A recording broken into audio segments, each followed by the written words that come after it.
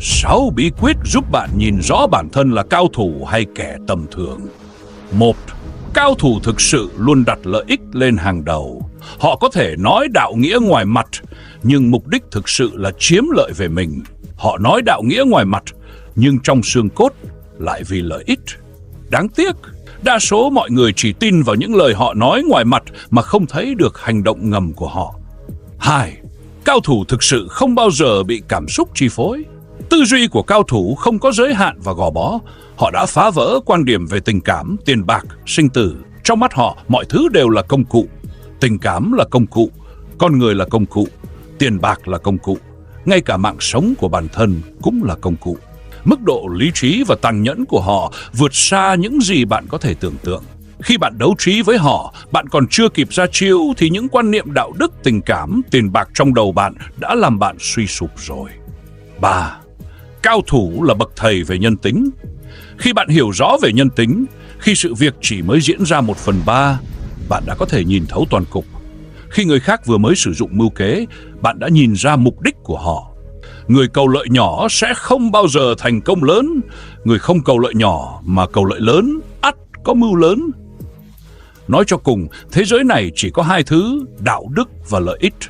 Khoảng cách giữa 2 thứ này chính là sự khác biệt về giàu có. Bạn tin vào điều nào, điều đó quyết định bạn có thể kiếm được bao nhiêu tiền. Cao thủ và người bình thường tin vào những điều ngược lại, nhưng cao thủ sẽ không nói ra điều đó. Người hiểu được ý tôi nói chứng tỏ bạn không phải là người bình thường. Nếu không hiểu, hãy nghe lại nhiều lần. 4. Cao thủ là những người thực tế nhất. Bạn càng khốn khó, người khác càng không giúp đỡ bạn. Bạn càng giàu sang, người khác càng sẵn lòng thêm hoa. Thế giới vận hành như vậy. Người ta nói ngoài miệng là phải thương xót người yếu, nhưng trong bóng tối lại lén lút theo đuổi kẻ mạnh. Thế giới này là một số ít động vật hoang dã đang nuôi nhốt phần lớn gia cầm. Chó sói định ăn thịt cừu, cừu định bị ăn thịt. Đó là lẽ đương nhiên, hợp tình hợp lý. Nếu bạn đang sống trong đau khổ, điều đó chỉ chứng tỏ bạn là cừu. Chó sói thì sống rất tiêu sái. Rồi ai cũng giả vờ đau khổ. Tôi có tiền nhưng tôi rất đau khổ. Mục đích là để làm tê liệt lũ cừu. Nói rằng tiền không phải là tất cả, nói rằng có tiền cũng không hạnh phúc, chỉ khi bạn tin vào điều đó thôi. 5. Cao thủ thực sự có 3 khí chất. Bá khí, khiến người khác không bao giờ có thể lật ngược tình thế.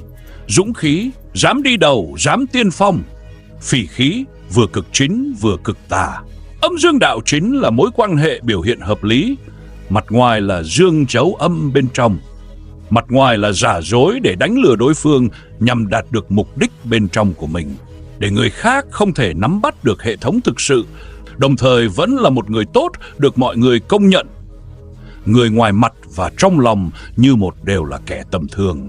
Người ngoài mặt và trong lòng bất nhất mới là cao nhân. Đừng cảm thấy những người như vậy có vẻ giả tạo. Khi bạn có thực lực, những khuyết điểm của bạn đều gọi là quyến rũ. Vậy bạn cần thay đổi điều gì? Bạn không cần thay đổi gì cả. Cái bạn cần thay đổi là bạn cần phải có nhiều tiền hơn. Người càng leo cao, kẻ thù càng nhiều. Kẻ tiểu nhân càng nhiều. Phong cảnh nhìn thấy càng tàn khốc. Bạn càng hiểu rõ nhân tính, bạn càng phát hiện ra càng nhiều thủ đoạn của người khác. Nếu đến giờ bạn vẫn thấy xung quanh không có một kẻ thù nào và tất cả đều hòa thuận, điều đó chỉ chứng tỏ bạn đang sống ở tầng lớp thấp nhất. 6. Cao thủ thực sự vô cùng sâu sắc. Trước mặt có thể ôm bạn, sau lưng có thể hạ bệ bạn, cặp mặt có thể ôm bạn nhưng trong lòng lại căm ghét bạn. Núi Thái Sơn sụp đổ trước mắt, họ vẫn có thể giữ được bình tĩnh. Trong tĩnh lặng ẩn chứa một chữ thật, trong vững vàng ẩn chứa một chữ tột cùng. Càng gấp gáp tay càng phải vững, càng chân thật tâm càng phải tĩnh. Hãy nhớ, người ít nói hoặc là thực sự ngốc nghếch hoặc là một kẻ giả ngốc tàn nhẫn, bạn phải phân biệt rõ. Hãy theo dõi tôi để nhận những kiến thức thực tế. Tạm biệt.